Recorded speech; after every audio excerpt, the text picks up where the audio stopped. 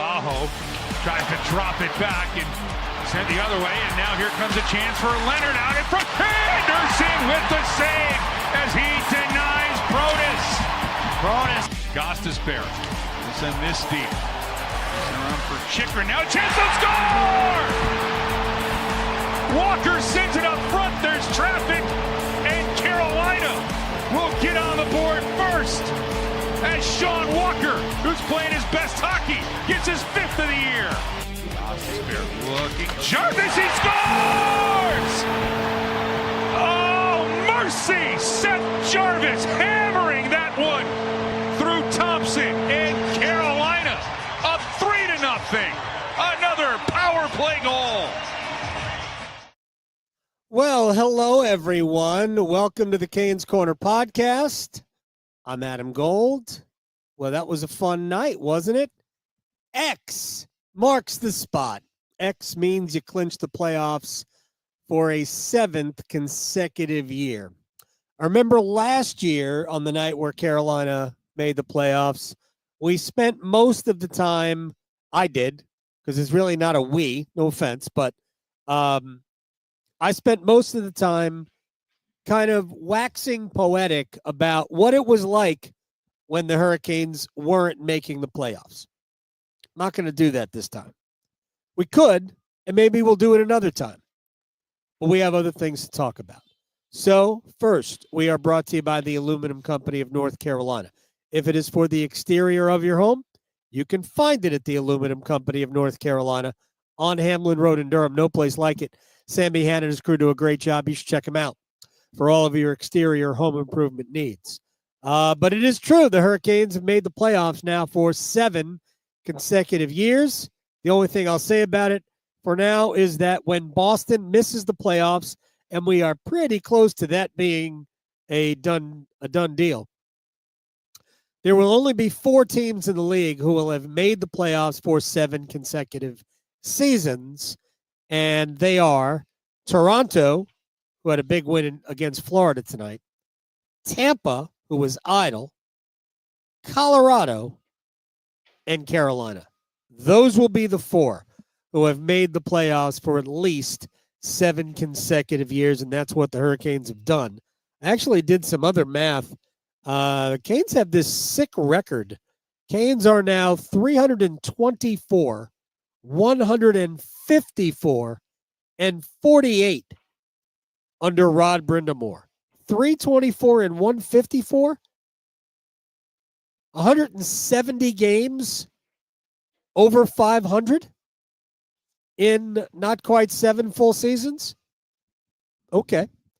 That's pretty nifty. All right, I just want to run through the scoring real quick, and then we'll get to the game and some concerns.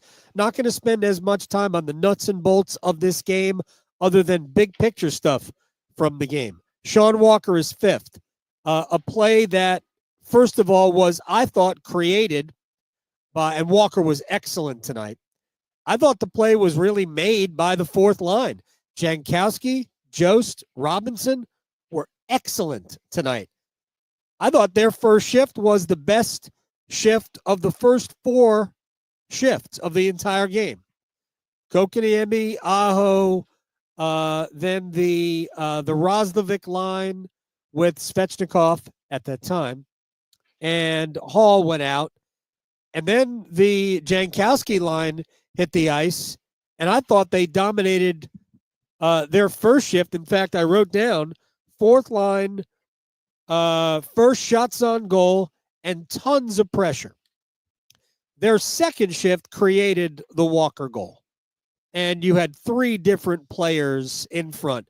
Jankowski, Jost, and Robinson all were in front of Logan Thompson, Washington's starting goaltender, who ultimately, maybe it was the puck off the mask that ultimately had him not come out to start the second period. I don't think it was the 3 goals. My initial thought was he wasn't very good, and I'm not sure he was. I think the Blake power play goal, the first Blake power play goal, the only one he allowed, I think he probably wants that one back. He never saw the Walker shot, And the Jarvis shot was a blast. I think you maybe want to save there. I don't know. But it ain't my job to judge Logan Thompson. So Walker's fifth, Blake's power play goal, which comes off a rebound of a Shane Gostisbehere shot, might have been deflected by Taylor Hall on the way. Blake rebound comes right out to him.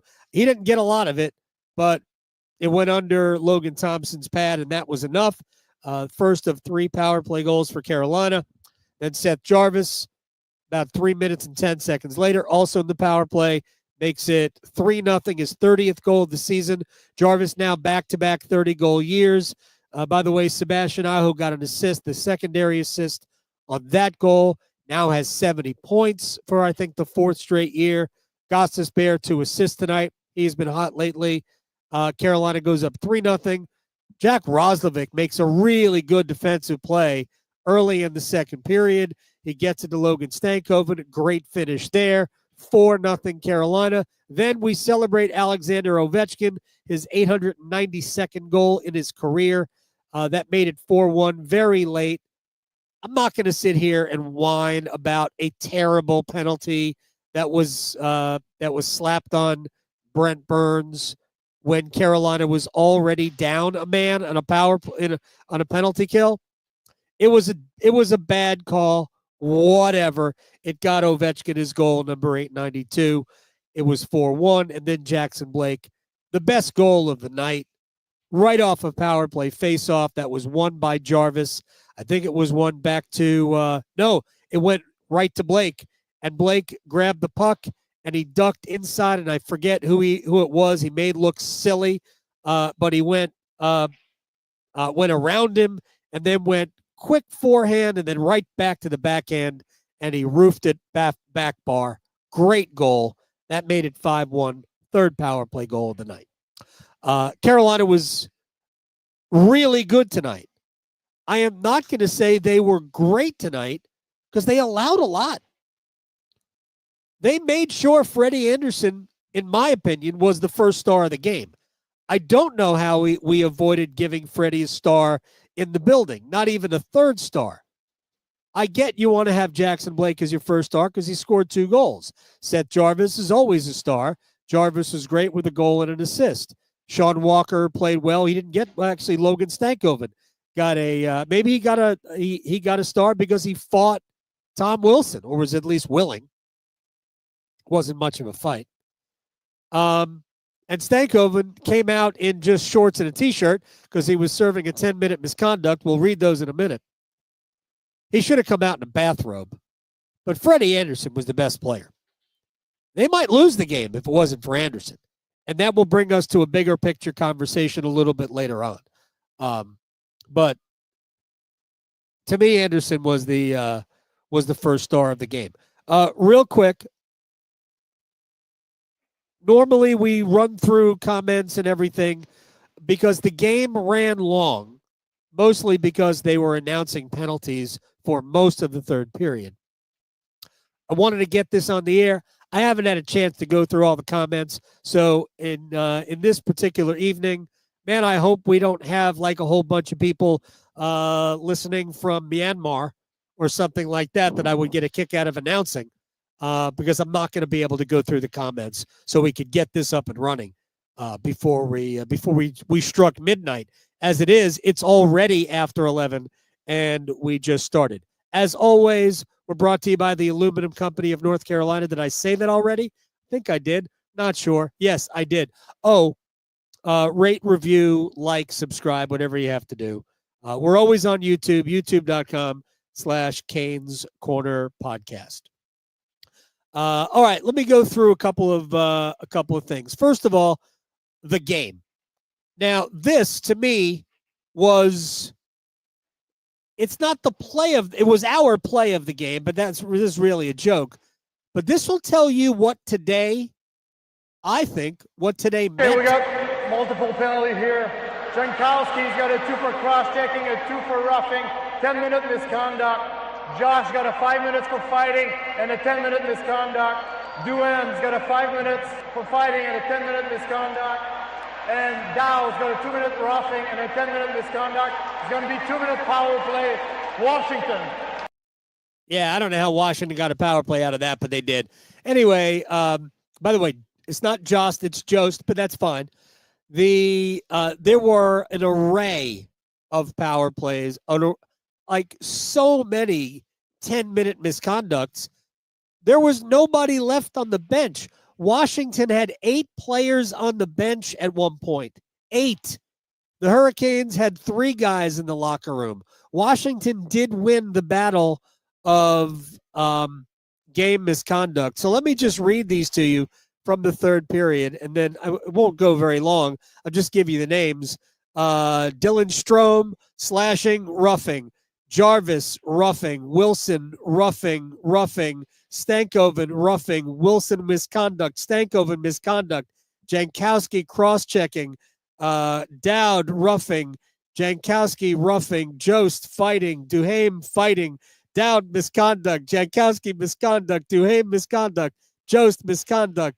McMichael, roughing, fighting, misconduct. Chatfield, fighting, misconduct.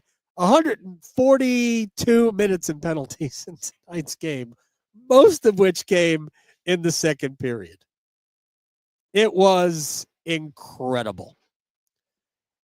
And the reason I read that, the reason I think it's important is because I think it shows you that this game was important. This game was important to Washington because the only way you would act that way, and it was, it ain't the first time it's happened. This is not a character assassination of the Washington Capitals. They probably should have been in a better spot in the game based on the scoring chances they created. Freddie Andersen was the better goaltender than Logan Thompson.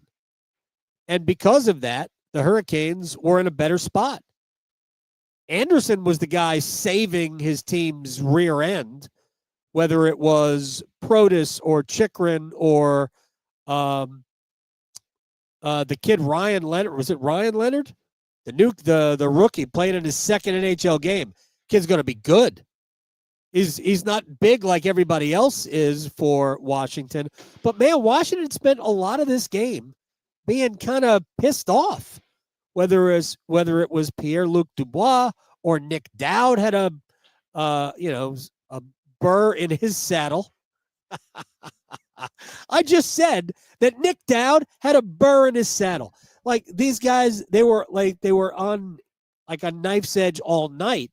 And then we get to the boiling point where Tom Wilson, I guess, was mad at Sebastian Aho. Look, I hope that teams are mad when they play against Sebastian Aho because that means he's doing stuff to get under your skin. If Seabass is giving a little extra, I'm here for it because that's playoff hockey. You have to play like that. You have to be willing to stir it up in the postseason. You must. Look, Aho's not going to fight. I think Tom Wilson was mad that Aho didn't want to fight. So Tom lost his mind.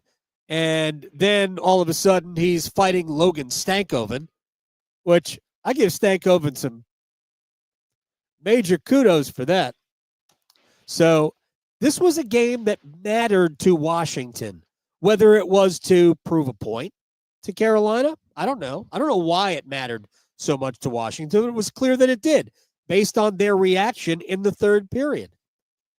And that's okay. And we get a chance to run this back next Thursday. And I think that's going to be fun. I don't know how it's going to play. I don't know if Washington's going to be, super aggressive, physical, try to take Carolina's head off more than usual. Maybe they will. And the Hurricanes will deal with it then. They dealt with it well tonight. They got under Washington's skin. They scored goals. They made the Capitals pay with 3 power play goals. That's right, 3 of them. Hurricanes are now 7 for their last 21 with the man advantage. I am not going to declare, by the way, the man advantage healed, but it is scored. And it doesn't make a difference how it looks if it scores. The only time it matters how it looks is when it doesn't score. And if it doesn't score but looks okay, that's fine. Could be that means it will eventually score. But I thought Carolina did a lot of good things. Scored on a rebound. The Jackson Blake goal was a rebound. The Jarvis goal ultimately is, I think, did they win a faceoff? It's either a faceoff win or a good zone entry because they set it up and it didn't take a long time. And Jarvis one-timed it past, this is the first period, so it's Logan Thompson. And then the Blake goal comes right off a Jarvis faceoff win. So, yeah, the power play looked okay. 3 out of 8 tonight. And again, 7 for their last 21. The only power play goal they allowed in 5 tries was the 5-on-3, which was a joke of a call. I mean, Brent Burns didn't hold anybody. And Rod has always said, look, sometimes you get a penalty when you're already down a man, but it's usually egregious.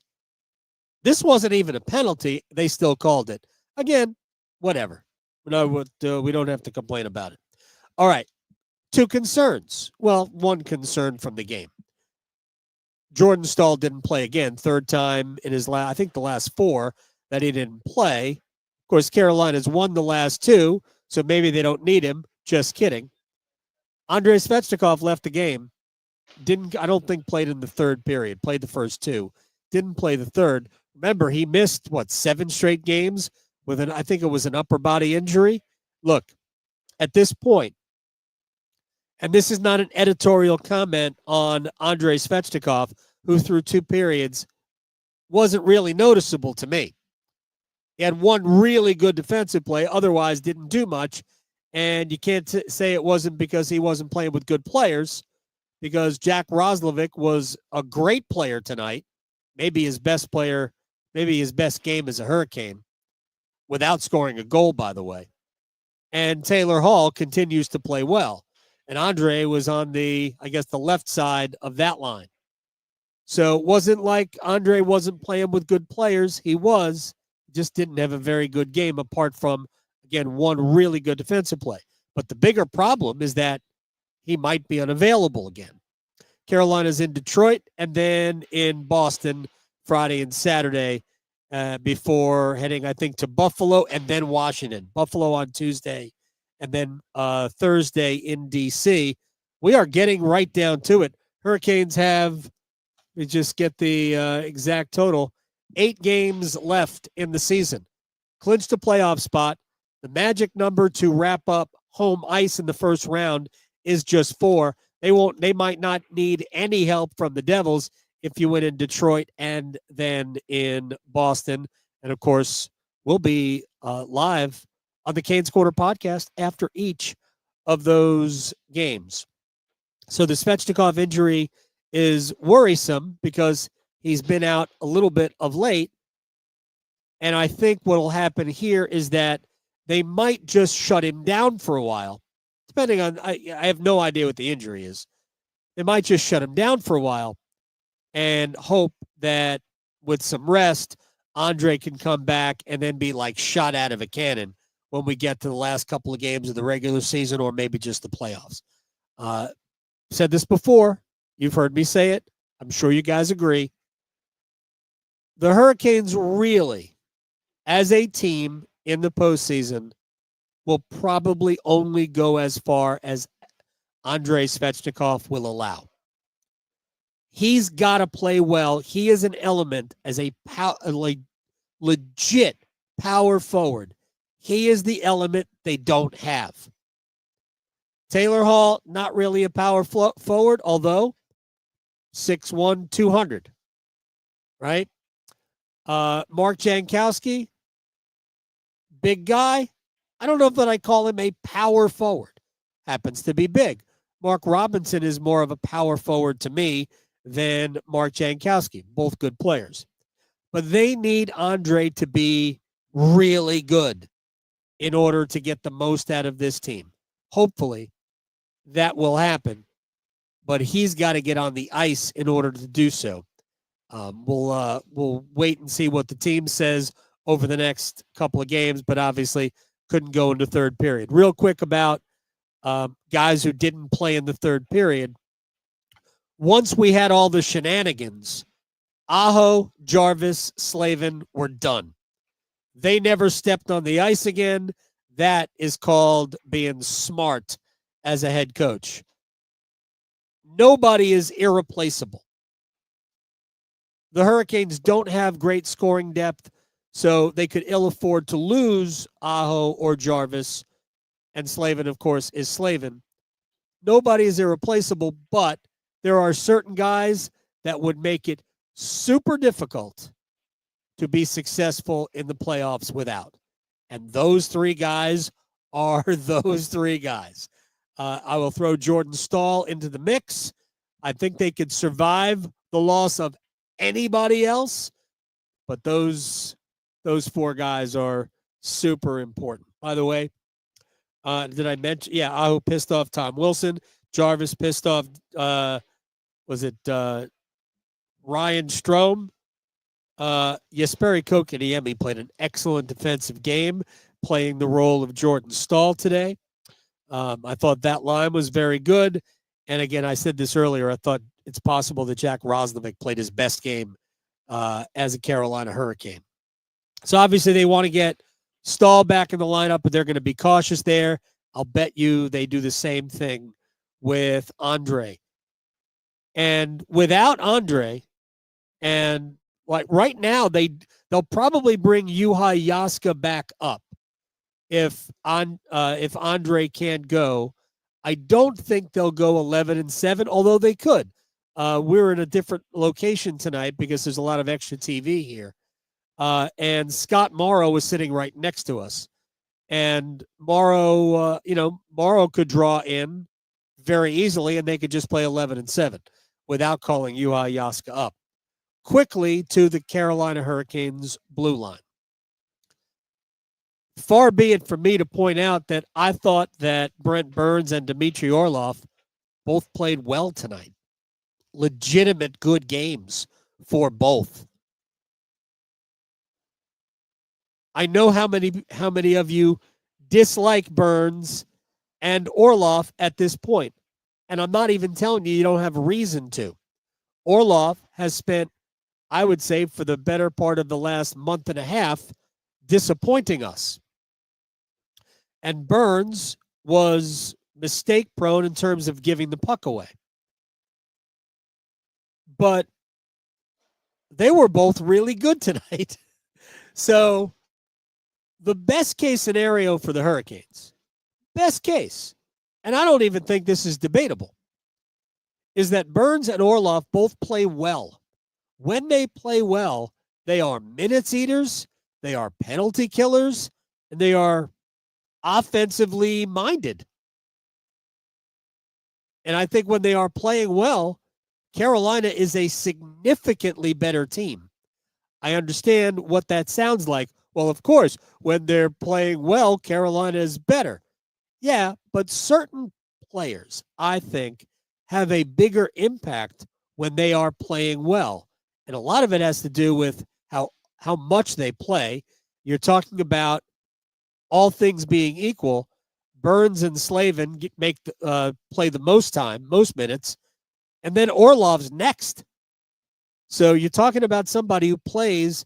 The only thing he doesn't do is work the power play, but he kills penalties just like Burns does. So they need Orlov to be the best version of himself, and I thought he was very good tonight. So let's all agree that Carolina is better when Dmitry Orlov is good, right? We just need to be on board with that. Top line did exactly what you wanted to do. It created it. It didn't get a ton. There was so much power play time that I didn't think the top line got a ton of time throughout the game. As a matter of fact, let me check this out real quick because it was bizarre. Yeah, the top line played at 5-on-5 under 8 minutes. They played less than Kotkaniemi, Martinook, and Stankoven, a little bit more than Roslovic, Svechnikov, and Taylor Hall. But again, remember that Svechnikov didn't play the third period. But the Aho, Blake, Jarvis line was good. It wasn't dominant, but it was good. But boy, those guys have played so well of late. I ran these numbers going into tonight. Just under 127 minutes on ice. Corsi 4 shot attempts, 63%. Expected goals, 8-3. Actual goals, 9-1. Scoring chances, 66% for. Grade A scoring chances, 68% for. That line has been excellent. Here's who's hot. Gostisbehere, 8 assists in his last 7 games. Jarvis, 7 goals, 7 assists his last 11 games. This is second half of the season, Seth Jarvis. Last year, he was Carolina's best forward the last 30 games, maybe longer. I think Aho has been exceptional. I think Seth Jarvis has been Carolina's best forward for probably 3 months. And I love the line of Aho, Jarvis, and Blake. I understand it might not be able to stay together in the postseason. It will if it produces. But if they get pushed around because they're all basically 6 feet or under, if they get pushed around, Rod will change it. But as long as they don't, I think that's your top line of the playoffs. And again, I said it at the beginning. I understood why people were wary of Jackson Blake playing in that role. Except that I think by now, everybody's watched, and we all understand, yep, the kid's good. The kid is flat out good. Now, I thought they were a little bit loose with the puck early. That corrected itself, thankfully. By the way, Walker has 3 goals in his last 10 games, and Blake has 8 points in his last 8 games. That is a scorching hot streak for him. A couple of games ago, he had his first 3-point game in his NHL career. Tonight, he had his first 2-goal game in his NHL career. All right, we'll close on this. Are we all ready to buy in on Freddie? I'm not suggesting that I am. I just want you to know that. But Freddie's been really good. His last 8 games, Andersen is 7-1-0 with a .940 save percentage and 12 goals allowed in his last 8 starts. Do I expect that to continue all the way between now and the start of the playoffs at that level? Nah, probably not. It might. It did last year. Go back and look at Andersen's last 10 games when he came back from the blood clot. He was really, really good. And he was really good to start the Islanders series, but he wore down. Let's hope, fingers crossed, that the head coach doesn't allow Andersen, doesn't allow Rod's desire to win this game because it gives you a better chance in this series. Let's hope Rod takes a little bit of a longer-term view of the first round of the playoffs, which does appear will be against the New Jersey Devils. But Carolina will have games 1 and 2 and 5 and 7, if necessary, in this building. By virtue of what they're doing now, and they're 2 points away from wrapping up second in the Metro at least, yeah, I think we can't allow what happened last year to happen again. I think Rod understands that. I really do. But Rod's going to go primarily with one guy. And right now, he'd be nuts not to go with Frederik Andersen. Not only is Andersen showing you the high end right now, and he's absolutely showing you the high end. Here's what we all know about Andersen. his floor, his basement is significantly higher than Kochetkov. Meaning the worst you're going to get from Freddie, I think, is good goaltending. That, I think, is the worst. There might be a bad goal here and there, but for the most part, you're going to get, okay, we can work with that. It's not great, but we can work with it. I think that's the baseline for Freddie. I think right now he's showing you a high end too. Kochetkov can be otherworldly, but man, his floor is a little lower than Andersen. And that is why I do believe that if the playoffs started today, 31 would skate out. He would get game 1. And I think he would get game 1 and 2. Now, in this building, I could see Rod going Andersen 1, Kochetkov 2, and then Andersen 3 and 4 on the road in New Jersey. I don't think it'll be a straight alternate situation. I think it will be primarily one guy, but both will play. And not just, I got to give him a start. I think both will play in each series. I do. Anything else to report? No. We're out of here. This has been the Canes Corner podcast. Great win over the Washington Capitals. The division is not necessarily over. It's probably still over, and that's fine. Hurricanes really dug themselves a little bit of a hole, but honestly, you got to give credit to Washington, who's still on 105 points. Hurricanes now just 9 points behind the Capitals with a game in hand and another game with Washington coming up on Thursday. Who knows? Hurricanes go on a little run. Washington helps them out. Maybe the last week in the season, there is at least games to keep an eye on. But I don't anticipate that happening. I'm just saying it might happen. Anyway, we are done. We are brought to you by the Aluminum Company of North Carolina. If it is for the exterior of your home, you can find it at the Aluminum Company of North Carolina on Hamlin Road in Durham. No place like it. Sammy Hanna and his crew do a great job. You should check them out.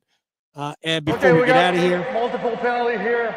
Jankowski's got a 2 for cross-checking, a 2 for roughing, 10-minute misconduct. Josh got a 5 minutes for fighting and a 10-minute misconduct. Duan's got a 5 minutes for fighting and a 10-minute misconduct.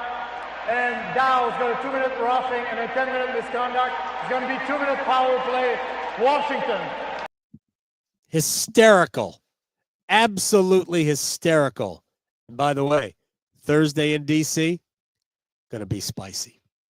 Gonna be spicy. All right, gotta go. We'll see everybody after the Canes and the Red Wings on Friday night. Good night.